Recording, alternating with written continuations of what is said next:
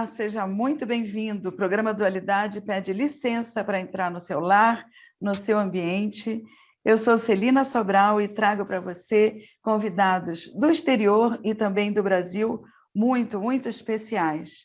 Esse programa é transmitido pela TV Mundo Maior e pela Rádio Boa Nova, emissoras da Fundação Espírita André Luiz, e também pelo YouTube, RBN/TV-MM. Você pode curtir, compartilhar, mandar os seus comentários. Você é muito importante para nós.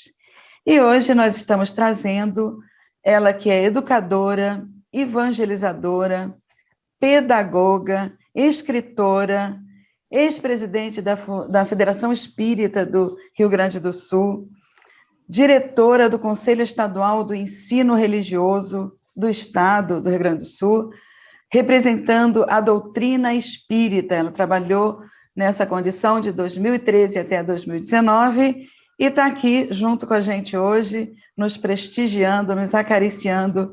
Ela chama-se Gladys Pedersen de Oliveira. Seja muito bem-vinda, querida. Muito obrigada. É uma alegria muito grande estar com vocês nesse momento, para nós conversarmos, né, trazermos um pouco do nosso trabalho, né, principalmente nesta área da infância, da juventude, da evangelização, da família, a importância do papel da família, né, na formação deste ser, né, desse homem de bem, desse cidadão do universo que nós temos que construir dentro dos nossos lares, né? Certo. Vamos começar, então, falando dessa importância da atuação da família para a evangelização infantil, infanto-juvenil. Como é que a família pode atuar? Como é que ela pode começar se, de repente, as crianças, como a gente vê, muitas vezes não têm interesse pelo espiritismo, para começar a estudar nessa área? Como é que a família pode ser importante nessa atuação e o que ela tem que começar fazendo, Gladys? Eu acho que já desde a gestação, né, Celina? Desde a gestação é importante que os pais se deem conta desse projeto belíssimo, né, que Deus lhes concede, né? Um filho, um ser divino, um ser que foi criado por Deus e que nos é colocado nas nossas mãos para encaminhar na encarnação, né? Nesse processo evolutivo de uma encarnação. Então, um filho é uma luz que nos chega, né? E desde a gestação, é importante que os pais se deem conta do grande compromisso que eles têm de encaminhar esse espírito na trajetória, né, reencarnatória, nessa experiência ímpar em que esse espírito veio buscar se corrigir, se melhorar, né, se aperfeiçoar. Então, é um grande desafio para o pai e para a mãe. E o lar é muito importante, porque o lar é a casa de Deus, né? A casa de Deus aqui na Terra. E esse pai e essa mãe, quando recebem esse espírito nas suas mãos, eles têm que encaminhá-lo de uma forma equilibrada, harmônica. Imagina que a infância, e todos nós passamos por esse período, ela é um período muito importante, porque o espírito, apesar da sua bagagem, né, já de vidas anteriores, dos seus acertos, dos seus erros, do que ele já traz de experiências, tanto positivas quanto negativas, quando ele chega, quando ele nasce, quando ele vem no corpo físico, ele passa por um período muito importante de inocência, de pureza, e aí sim, é como se fosse a sua mente uma página em branco, porque todas as experiências estão lá no inconsciente, não vieram à tona. Então, quando Jesus diz, né, deixai vir a mim os pequeninos e não lhes impeçais, é porque é nesta fase da infância que o espírito tem plena potencialidade de acertar agora no caminho. Isso vai depender do lar, vai depender da educação que ele for recebendo em casa. Porque a criança, ela vai aprendendo por imitação.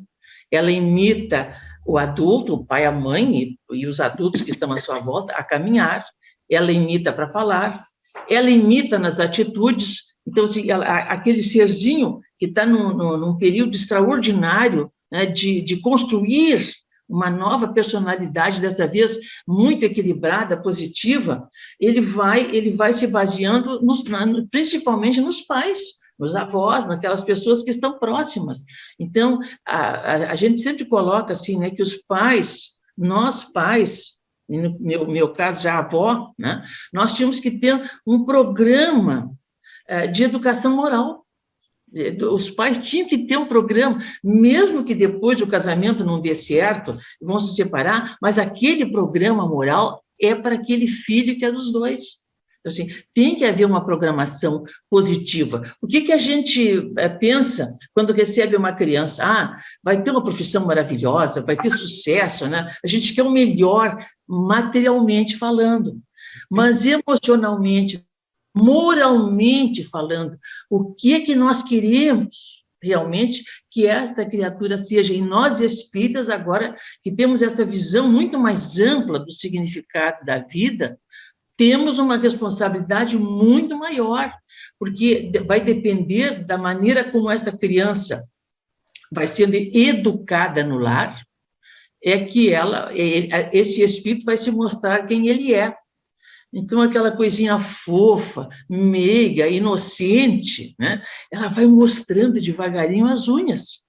Ela vai mostrando que espírito que ela é, né? Porque à medida que vão se desenvolvendo os órgãos físicos, o espírito vai se manifestando cada vez mais, né? com a sua integridade.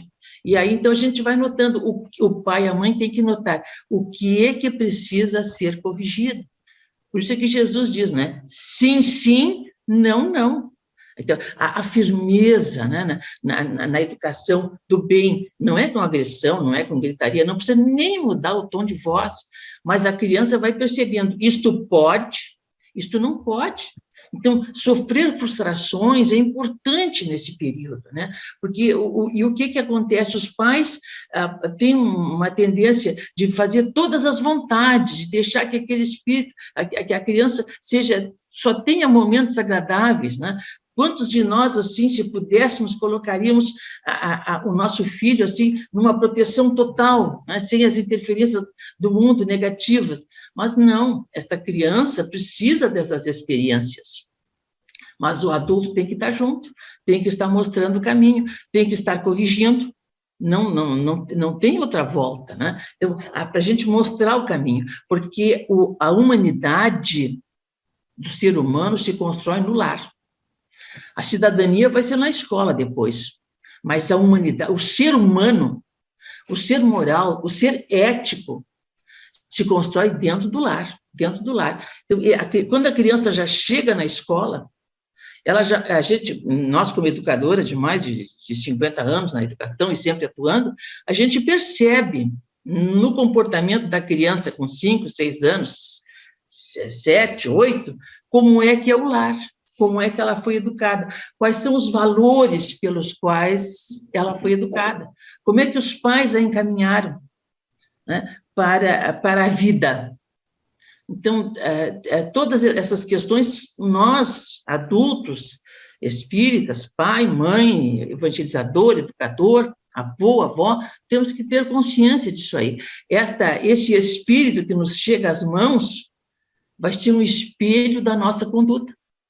Vai ser um espelho. Então, a gente na sala de aula, tu já percebe exatamente como é a situação em casa. Como é que é a situação? Quais são os princípios morais que aquela família adota, né? Então, a criança vai demonstrando isso, a criança vai aprendendo por imitação, né? Por imitação.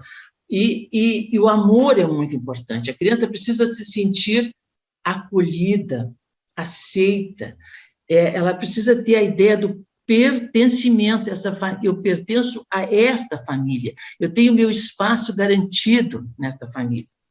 E, no entretanto, hoje, né, o lar, muitas vezes, há um isolamento entre as pessoas, né? Cada um está com o seu mundinho, está com o seu aparelho. As pessoas estão, muitas vezes, debaixo do mesmo teto, mas totalmente isoladas, sem comunicação, sem afeto. Então, a afetividade é muito importante. O olho no olho, o sentar-se juntos, né, o conversar, o brincar. Então, hoje vivemos muito assim nesse mundo de muita correria, né, de muitos compromissos, de controle de horários, e as crianças muitas vezes não recebem no lar aquela atenção básica que ela precisa, né? Atenção. Recentemente foi feita uma pesquisa por uma Secretaria de Educação de um estado em que as crianças estavam com dificuldade de aprendizado na escola, dificuldade, não rendiam. Então, vários pesquisadores se debruçaram para ver a causa, né? Fizeram um seminário com pedagogos, psicólogos, toda uma rede de pessoas para analisar aquela questão. E a conclusão que chegaram é que os pais, cada mãe, precisa dar para o filho, diariamente, no mínimo, 20 minutos de atenção exclusiva. A mãe, 20 minutos, e o pai, 20 minutos. Então, aquela criança precisa se sentir aceita, ela precisa sentir que ela faz parte daquele espaço, ela precisa sentir que tem preocupação por ela, que estão acompanhando o que ela faz. Ela está sendo acompanhada, ela tem o apoio. Eu sei que falou muito bem do tempo, e os pais de hoje, a gente vê que deixam os filhos ou na escola, ou na mão de cuidadores, e às vezes, a própria pessoa que está cuidando das crianças não tem essa condição de evangelizar, não é? As pessoas precisam trazer o dinheiro para casa e cuidar, e dar alimentação, etc., para as crianças. E nós vemos também, Gladys, efeitos de algumas situações que estão ligadas à mediunidade na criança. Então, eu acho importante, como o nosso tempo é curto, que você possa trazer uma pincelada sobre como a gente perceber isso e como lidar também com a mediunidade na criança. Os pais têm que entender, ela é um processo natural no ser humano. Todos nós temos essa, em maior ou menor grau, segundo Allan Kardec, no Livro dos Médiuns, essa aptidão. Ela é normal. Então, quando a criança começa a apresentar, e a criança vai dizendo lá na tenridade, né, que ela vê o espírito, ela descreve, né, e aí as pessoas ficam muito curiosas e começam a perguntar muito para a criança, mas como é que é, quem é que é? Esse processo, quando a criança começa a apresentar essa tendência mais acirrada, tem que ser tratado com naturalidade. Tem que ser tratado com naturalidade. Não devemos estar toda hora perguntando, se o lar é espírita, vai dizer, mas é normal, meu amor. Os espíritos estão à nossa volta. Tem pessoas que conseguem enxergar com mais precisão, outras só percebem, só sentem. Então, assim, não se deve estar insistindo muito nessa questão, porque, por exemplo, é muito comum na criança, com 2, 3 anos, 4, o amigo oculto, ela brinca com aquele amigo, e realmente é um espírito que está ali realmente presente com ela, muito ligado, né? E que está interagindo com ela. Então, é um fato que pode ocorrer e que deve ser tratado com naturalidade. Então, inclusive, tem crianças que, mas se vai almoçar, ele leva o amigo junto, se vai brincar, ele leva junto, né? E isso é normal, mas não, nós temos que, o que nós temos que trabalhar com a nossa criança, toda criança, mas especialmente essa que está demonstrando essa abertura maior para a percepção, né, da presença da espiritualidade, é a oração, né? Então, orar com a criança, né, todas as noites, conversar com ela sobre o significado da vida, o verdadeiro sentido da vida, né? Mas nas palavras da criança, contar histórias em que houve a interação entre, né, o anjo da guarda que ajuda, né? Falar do anjo da guarda, esse espírito amigo, protetor, que todos nós temos, né? Que é o tutor da nossa vida, né? Que ajudou-nos a programar a encarnação. Então, conversar com a criança sobre essas questões e encaminhá-la para a aula de evangelização é muito importante na instituição espírita que o pai e a mãe participam, né? Que a criança seja atendida também na evangelização, e ela vai compreendendo realmente que é normal isso aí. Mas há um processo que nós temos que nos dar conta, Celina, é que as pessoas assustam muitas vezes a criança, né? Envolvem no medo. Então, a gente fala no bicho-papão, no velho do saco, né? Então, e a criança fica, essa questão que ela não enxerga, muitas vezes, pela plasticidade do pensamento, isso é o doutor Bezerra de Menezes que alerta, a criança cria aquela imagem. E às vezes nem tem o espírito. Tem crianças que revelam depois em sala de aula que elas veem o bicho-papão. O bicho-papão existe porque elas veem. Então, a mãe, o pai, o adulto que está com ela, a babá, enfim, a pessoa que está cuidando, estimula o medo, né? Até para assustar a criança. Então, cuidado também, né, nesse ponto, né? E, claro, que nós vamos enfrentar também as obsessões infantis. O espírito obsessor está lá do outro lado, mas quando ele consegue identificar onde está o seu perseguido, e às vezes é uma criança, né, que está na fase infantil, então ele se aproxima, e aí vem a questão também do medo, o terror noturno, por exemplo, não, o medo do escuro. Então, está muito associado também a essa questão até da obsessão infantil.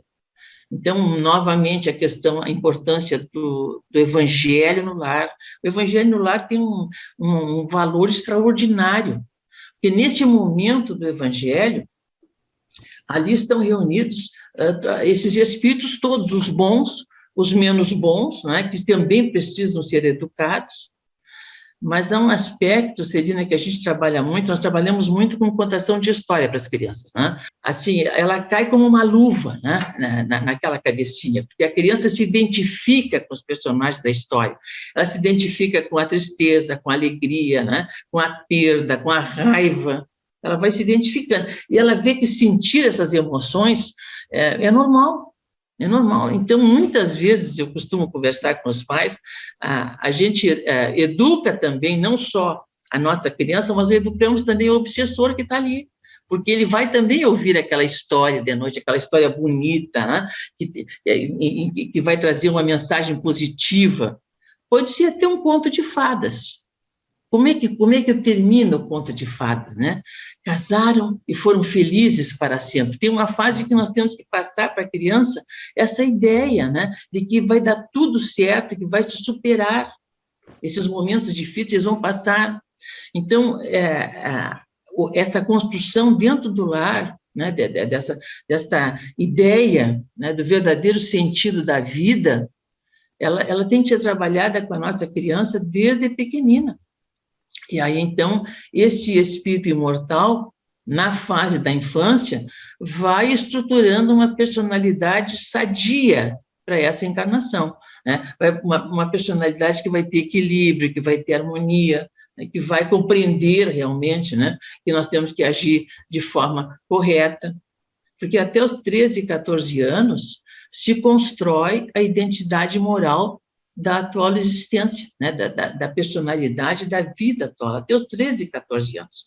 Se essa construção não foi bem feita, né, com equívocos, com erros, com maus exemplos, e veja assim, né, já estamos conversando assim naquela família que já está estruturada, e aquelas crianças lá da vila, né, aquelas crianças que estão vivendo na miséria, muitas vezes sem conhecer o pai, sem um lar estruturado, num processo de silêncio, né, ou de uma comunicação negativa.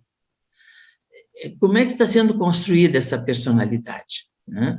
Então, são desafios, mas às vezes o espírito já vem com uma estrutura tal que mesmo essa conjuntura difícil que ele está vivendo na encarnação, ele consegue superar. É aquela história do lírio que nasce no lodo, né? Ele consegue superar.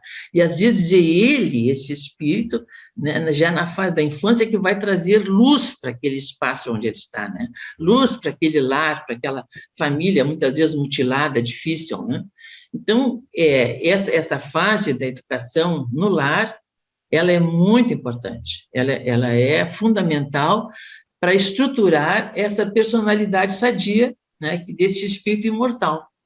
E essa fase é tão importante na nossa caminhada como espíritos aqui na Terra, encarnados, que nós acabamos, muitas vezes, fugindo de toda essa inocência, de toda essa pureza, né? A criança não tem preconceito, se ela briga com um coleguinha, daqui a pouco ela já faz as pazes, né? Ela supera aquelas dificuldades, e, infelizmente, a criança vai perdendo esse sentido bonito da vida porque ela vai imitando o adulto, ela vai imitando, ela vai vendo, né, que nem sempre o pai e a mãe usam a verdade, nem sempre a vida é dessa forma que eles até pregam, mas não vivem, e isso vai causando um dano, mas a criança vai superando. Nós temos 5 minutinhos finais, e eu gostaria que você desse também um apanhado em relação à importância da casa espírita e do trabalho de evangelização, porque a gente vê, tanto no Brasil como fora, que existem muitas casas que não trazem o trabalho de evangelização. Lógico, depende do voluntário, depende de espaço, depende de várias coisas, mas o que você fala para essa equipe, que, lógico, a importância da evangelização é tamanha, principalmente para um futuro, né? Mas realmente, né, a casa, esse trabalho, toda a casa deveria ter, né, esse cuidado de fazer esse trabalho paralelo ao lar, né, de encaminhar a criança para Jesus, de encaminhar as crianças para o sentido do Evangelho, né, para esse roteiro de luz. E até recentemente tivemos trabalhando numa obra sobre o Sermão da Montanha para crianças, né, trazendo a linguagem do Sermão da Montanha para crianças, e a casa espírita muitas vezes até nem dá valor, né? Vamos falar sério, né? Não dá valor. Então, está mais preocupado com o estudo do adulto, está mais preocupado com a palestra pública, né? Com a mediunidade, enfim, e se descuida da infância e da juventude. É fundamental que a instituição espírita tenha o seu departamento de evangelização infanto-juvenil, né? Que tenha esse trabalhador, que prepare o trabalhador, porque o evangelizador precisa ser preparado também, né? Então, que ele prepare, o evangelizador, ele tem que ser convidado, né? E a casa espírita tem que se envolver em buscar o recurso que vai formar essa equipe. É uma equipe pequena, mas que é um trabalho grandioso. Então, nós até trabalhamos, né, que desde a gestação a casa espírita devia de atender o pai e a mãe, desde a gestação, e a criança nascendo, em seguida vem para a escola, evangelização de bebês, evangelização depois da infância, primeira infância, segunda infância, adolescência, é fundamental, porque o que vai ocorrer com a criança, né? Qual é o objetivo da evangelização? É ajudar a criança e o jovem a integrar-se consigo mesmo, olha o autoconhecimento, né? A integrar-se com o próximo e a integrar-se com Deus. Então, assim, é completa esse trabalho educativo, né? É como a Amélia Rodrigues vai nos dizer, né? Quem evangeliza liberta para a vida feliz. Então, esse deve ser um projeto que deveria fazer parte de toda a instituição espírita. A instituição não tendo recurso, ela vai buscar o recurso. A equipe diretiva tem que buscar o recurso para oferecer também esse trabalho, né, dentro da instituição espírita. Tá certo. O nosso tempo realmente é muito corrido. Eu quero aqui te agradecer em nome da Fundação Espírita André Luiz, da TV Mundo Maior e da Rádio Boa Nova, viu, Gladys, querida? Você é sempre especial para a gente, convidada sempre que você tiver um tempinho disponível aí, todo o nosso carinho, toda a nossa gratidão, suas considerações finais, por favor. Então, vamos nos voltar mais para a criança e para o jovem, né? O jovem também precisa da nossa atenção, e ele precisa realmente perceber qual o significado da vida. Há tanto problema nessa área que o número de suicídios na infância e na juventude está surpreendendo. Então, porque está faltando esse lado, né, da espiritualidade para a criança e para o jovem. Ele não está encontrando por que ele está vivo, ele não está respondendo essas questões básicas, né? Por que eu estou aqui, por que eu estou nessa experiência, por que eu estou nessa família. Então, vamos nos voltar, né, para esse trabalho da criança e do jovem, da evangelização da criança e do jovem, da evangelização da família. Muito bom, e nós conversamos com Gladys Pedersen de Oliveira, que é educadora, evangelizadora, escritora, e essa pessoa querida que nós conhecemos agora. Nós agradecemos também a sua companhia, a sua participação conosco, agradecemos a todos que fizeram com que esse programa acontecesse, já convidamos você para um próximo e que Deus abençoe. Até o próximo programa Dualidade. Fique com Deus.